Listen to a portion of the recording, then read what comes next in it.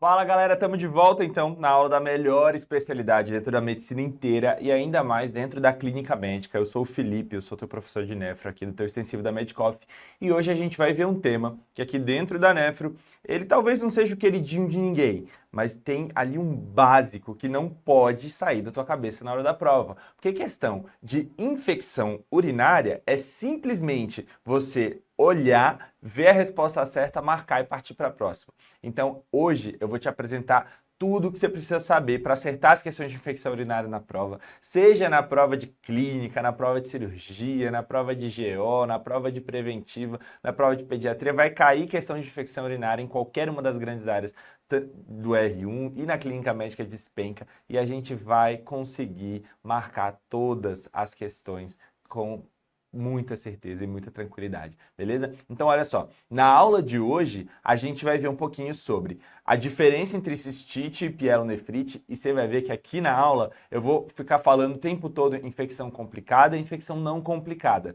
tá? E a gente também, claro, vai ver um tema querido de todas as bancas, que é a bacteriúria assintomática, tá? Então, olha só, essa é a nossa programação de hoje, uma aula tranquila, assiste com calma que a gente vai conseguir cobrir todos os temas, mas primeiro a gente precisa falar do básico, e o básico é, por que acontece infecção urinária? O que acontece? Olha só, a prevalência de infecção do trato urinário é muito maior no sexo feminino.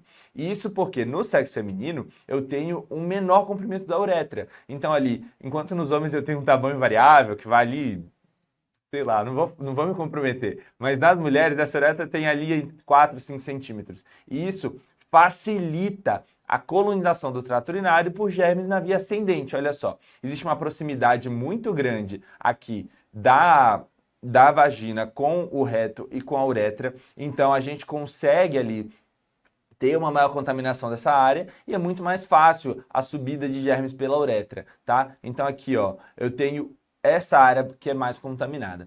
E além disso, durante o intercurso sexual, eu posso ter uma facilitação da subida de germes aí para o trato urinário.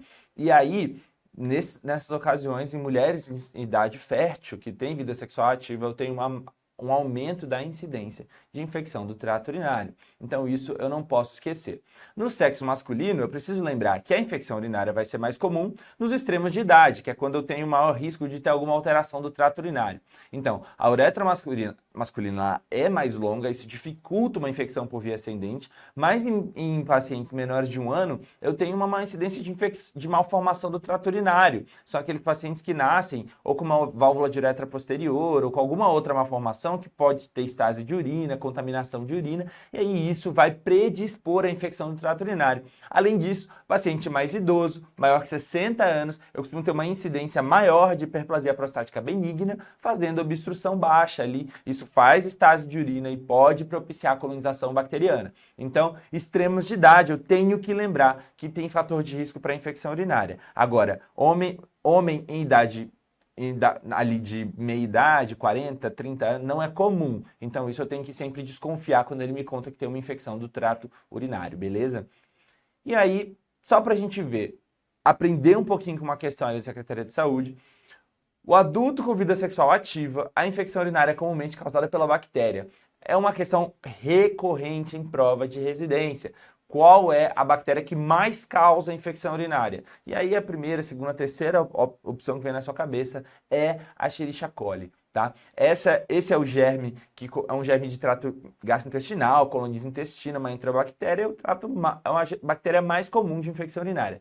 Tanto ela é a mais comum que quando eu for fazer um tratamento empírico, eu tenho que pensar no perfil dessa bactéria aí na comunidade que eu estou inserido, que eu estou tratando um paciente. E aí eu tenho que tratar esse paciente inserido nessa comunidade pensando no perfil da E. coli, que é o nosso nome carinhoso que a gente vai chamar essa bactéria aqui durante a aula. Então vamos lá, vamos falar então de infecção tranquila, infecção não complicada, que também é conhecida como cistite, que é a infecção que é restrita ali à bexiga, tá? Então olha só, a cistite é uma infecção que é restrita ao trato urinário baixo, ou seja, eu não tenho sinal e sintoma sistêmico, olha só que coisa legal. É uma infecção que eu vou ter esses sintomas aí de disúria, polaciúria, urgência miccional, então A disúria é aquela sensação de ardência na urina. A polaciúria é aquela vontade de ir no banheiro o tempo todo. E a urgência é quando eu preciso ir ao banheiro imediatamente assim que eu sinto a vontade de urinar.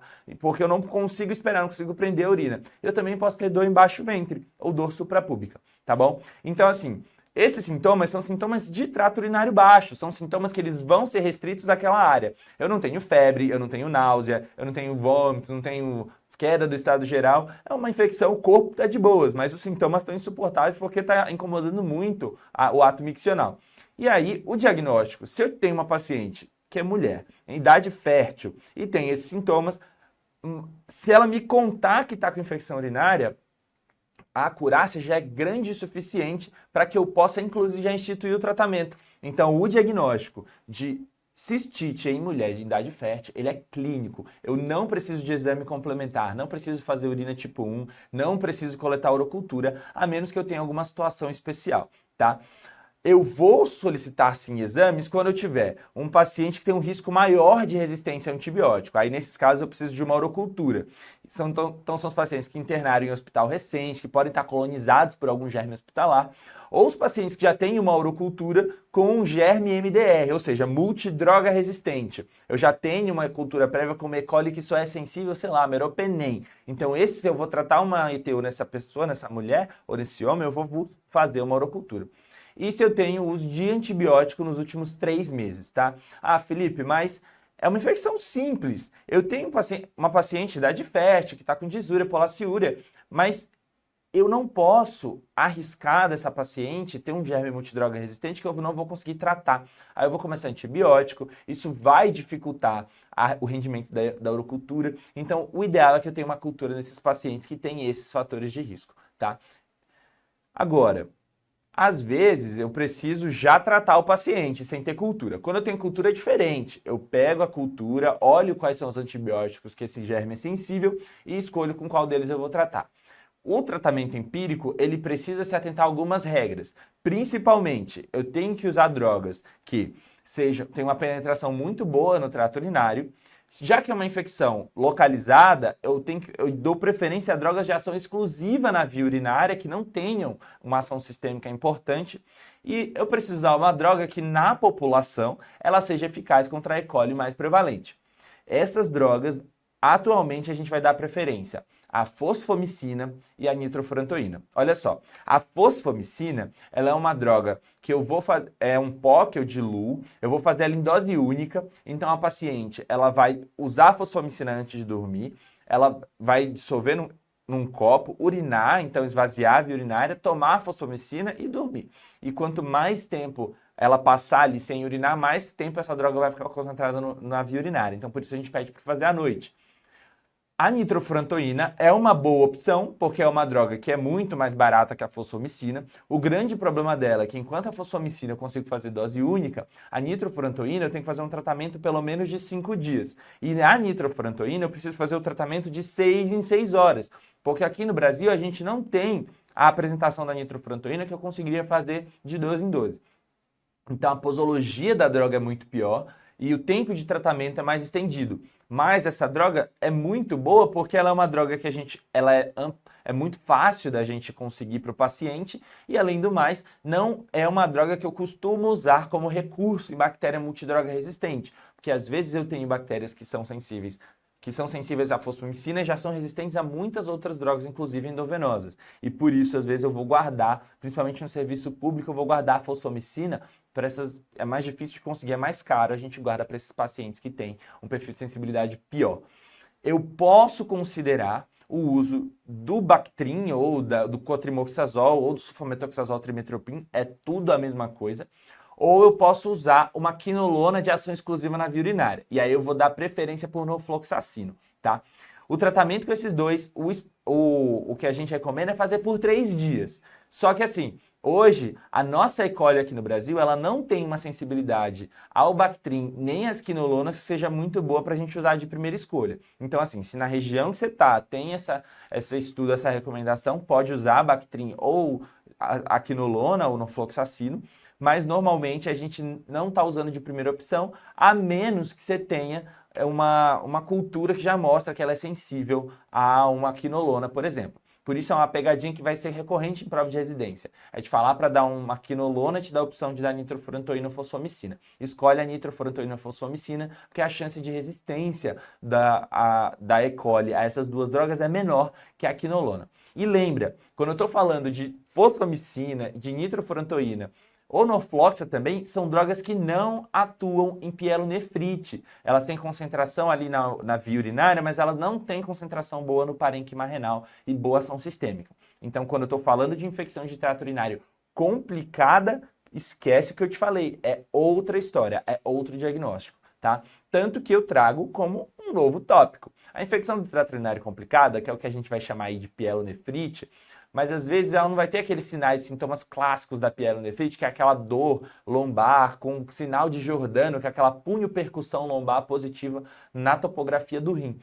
Às vezes eu só tenho uma infecção de trato urinário, ou seja, disúria, polaciúria, com um estado febril. Então é um paciente que tem febre, calafrio. E aí ele pode ter dorsalgia, lombalgia. Então, basicamente, é uma infecção de trato urinário com sintoma sistêmico. Agora saiu só ali do quadro de sintoma localizado na bexiga.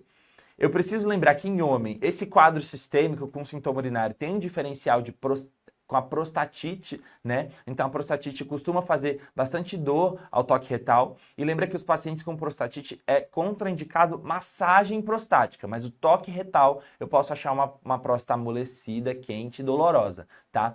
E é um diagnóstico diferencial de dor pélvica em homens, tá? Infecção urinária e prostatite também, tá bom?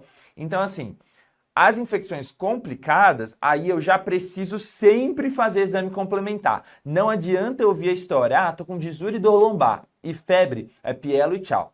Pode ser pielo, mas eu preciso pelo menos coletar uma urina tipo 1 e uma urocultura, tá? Em todos os pacientes com ETU febril, o recomendado é que tenha exame de urina. Se eu tenho um quadro clínico mais preocupante, ou seja, o paciente ele pode estar mais hipotenso, ele pode estar séptico, ele pode estar com queda de estado geral, desidratado. Se eu me preocupo mais com o quadro clínico, eu posso fazer exames laboratoriais outros para que eu possa ali tentar entender o quadro desse paciente. Então isso não vai depender do diagnóstico infeccioso, mas sim da apresentação da clínica do paciente.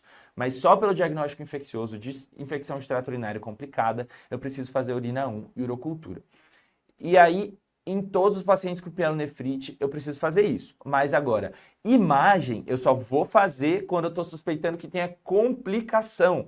O que é complicação, Felipe? Olha só, alguma coisa não está dando certo. Então, quando é um paciente muito grave, ou ele começa a piorar a função renal, esse paciente eu preciso ver o que está acontecendo, então às vezes é de bom tom fazer uma imagem, mas principalmente quando eu tenho uma resposta ruim ao antibiótico. Então ele já está com antibiótica terapia adequada há mais de 48 horas e eu continuo fazendo febre, fazendo febre, fazendo febre. Esses caras vão precisar de um exame de imagem, tá? E olha só, o tratamento, eu tenho que lembrar que são pacientes sem sinais de gravidade, podem fazer tratamento em casa, mas pacientes com complicações ou gestantes, o ideal é que eu faça o tratamento internado. E eu te explico, olha só, o tratamento em casa, eu vou coletar a urocultura urina 1, eu posso até mandar para casa para checar o resultado da urocultura ambulatorialmente, e eu posso fazer o tratamento com uma droga oral, como ciprofloxacino, uma quinolona, ou amoxicilina clavulanato, ou acetilcefroxima. Mas pacientes com complicação gestantes, eu preciso tratar até que eu perceba que ele está melhorando. E aí, se ele está internado, eu vou deixar ceftriaxone. Eu não preciso terminar o tratamento internado, mas eu preciso pelo menos que esse critério de gravidade seja revertido. E aí o tratamento de cara, a gente usa uma cefalosporina de terceira geração, geralmente ceftriaxone, a menos que eu tenha uma cultura, e aí eu vou guiar para essa cultura. Combinado?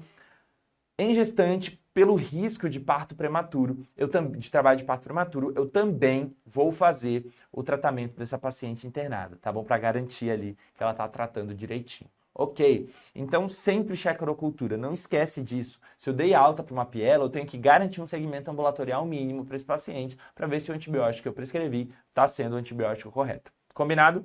Então, para a gente colocar em prática, vamos ver um pouquinho de questão. Então, olha só, aqui a gente tem uma questão lá do Rio de Janeiro, que é uma questão assim, É de infecção urinária, mas é uma infecção complicada. Olha comigo. É uma mulher de 23 anos. Ela apresenta um quadro de dor lombar à direita, iniciada há 2 dias, de forte intensidade, com irradiação. Ali, lembra? Na mulher, essa dor lombar, principalmente ali relacionado à inervação do ureter, ela pode vir irradiada para os lábios da vagina e no homem pode vir irradiada para o testículo. Então, olha só, associado a náusea, vômito e refratário a analgésicos comuns. Então, parece uma dor importante. Até aqui podia ser só uma pedra, uma litíase, mas essa paciente vai na emergência com um pico febril de 38,8. Então, olha só, é uma questão também, provavelmente, de infecção urinária. Vamos lá. O paciente tem um sinal de alerta, ATC de abdômen sem contraste evidenciou um cálculo no ureter distal direito de cerca de 9 milímetros, com hidronefrose ipsilateral e borramento de gordura perirenal. Então, assim, essa é uma questão de infecção urinária, mas para infecção, o tratamento é meio óbvio. Aqui a gente tem uma mulher que tem uma infecção complicada. Então ela tem infecção e uma obstrução do trato urinário. Então, além de dar antibiótico, eu preciso desobstruir o trato urinário imediatamente. A obstrução é no ureter distal. As opções, elas vão trazer várias opções de desobstrução, mas olha só. A extracorpórea não é para a gente fazer nesse momento, porque ela não é para obstrução de ureter distal, que é a litotripsia extracorpórea por onda de choque. A tansulosina eu não consigo desobstruir imediatamente. E a nefrolitotomia percutânea, ela não é uma opção para ureter distal, ela é uma opção para ureter proximal ou pelve renal. Então, assim, sabendo litíase, eu sei que a opção desse paciente é fazer uretero-renolitotripsia. E aí, um paciente vai fazer por via endoscópica. E o tratamento é o que a gente já conversou. Vou procurar uma boa dose com uma boa droga com uma boa penetração no parênquima renal. E aí eu estou falando dela, da cefalosporina de terceira geração, da ceftriaxone. Então a letra D aqui, a gente marca essa, fica muito fácil essa questão. Então essa próxima questão agora é uma questão da USP de Ribeirão, onde eu tenho uma mulher de 22 anos que refere disúria há 5 dias. Até aqui uma infecção simples, mas há 2 dias ela iniciou com febre do lombar. Então olha só, complicou com provavelmente uma pielonefrite. Nega outras queixas, hospitalização recente ou doenças prévias.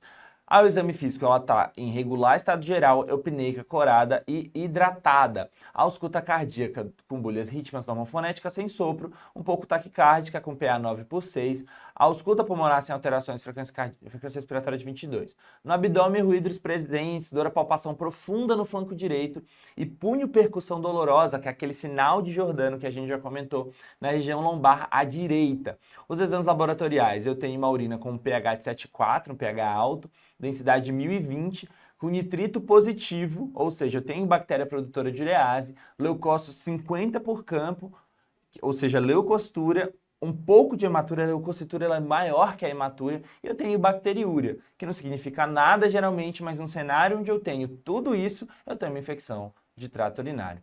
Qual o tratamento mais adequado para essa paciente? Então, olha só.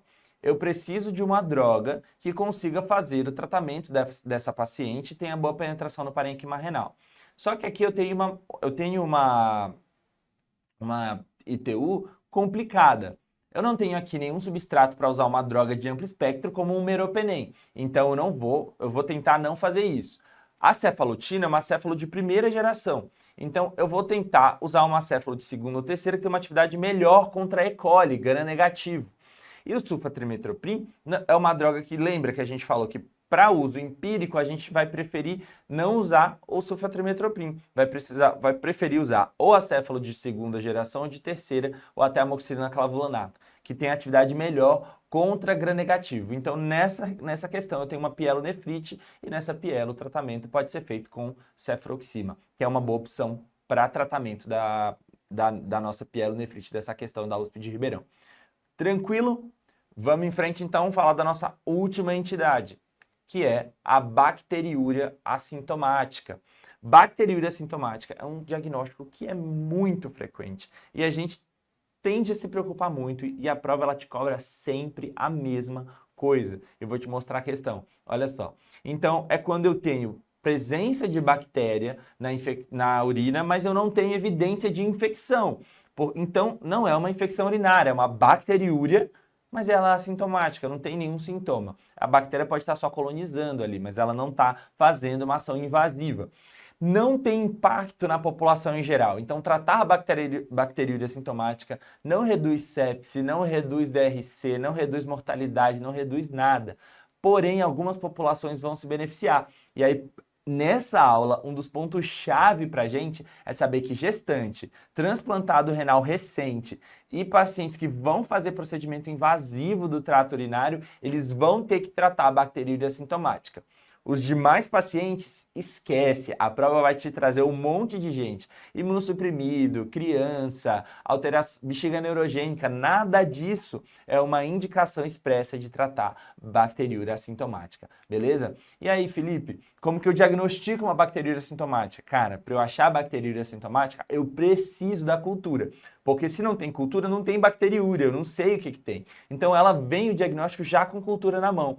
Então olha só, o laboratório, eu preciso de uma cultura com mais de 10 elevado a 5 unidades formadoras de colônia. No sexo feminino, por definição, eu precisaria de 2 culturas positivas. No sexo masculino, uma cultura única. E se for sonda vesical, uma cultura única, de preferência na passagem da sonda. Eu queria te lembrar uma coisa. Nas provas, esses critérios de definição de bacteriúria sintomática, de quantas culturas foram colhidas, eu não costumo ver muito frequentemente. Ele costuma te dar a cultura, uma cultura positiva, com mais de 10 elevado a 5, e já costuma te cobrar aí um tratamento ou não tratamento dessa condição. Nas mulheres, algumas referências trazem para fazer mais de uma cultura porque é mais comum a contaminação do trato urinário. Então, eu precisaria de mais de uma cultura para confiar melhor nessa bacteriúria. Mas olha só, o que importa para a gente é o que eles vão trazer nas questões. Eu falei que eles vão tentar te confundir de todas as formas. Olha só essa, a sinálise alternativa como indicação correta do tratamento de bacteriúria sintomática. Então, ele tenta te fazer tudo, ó. Letra A, imunossuprimidos e paciente do sexo feminino. Lembra que nenhum desses dois é indicação de tratamento. Letra B, diabetes e gestação. Gestação a gente já falou que é. Diabetes a gente não comentou, não deve ser. Vamos pular a C. Letra D, gastrite e idade menor de 1 ano. Então nenhum dos dois é uma indicação de tratamento de bacteriúria sintomática. E na letra E, imunossuprimidos e sexo feminino. Imunossuprimido a gente quer tanto marcar, mas não é indicação, e paciente sexo feminino muito menos. Então sobra pra gente a letra C, que são as indicações clássicas, é a gestação e antes de procedimentos cirúrgicos urológicos. Lembra também que o transplante renal, ali principalmente nos primeiros 3 meses pós-transplante, que eu tive uma manipulação recente da via urinária para implante do enxerto, eu posso necessitar de tratamento, então eu costumo ficar bem de olho também para esses pacientes. Legal? Então olha só, letra C é a resposta a essa questão. E aí, pra gente, fica o meu muito obrigado e boa sorte nos estudos. Qualquer coisa, a gente tá por aqui. Eu tô torcendo pra sua vaga no fim do ano vir.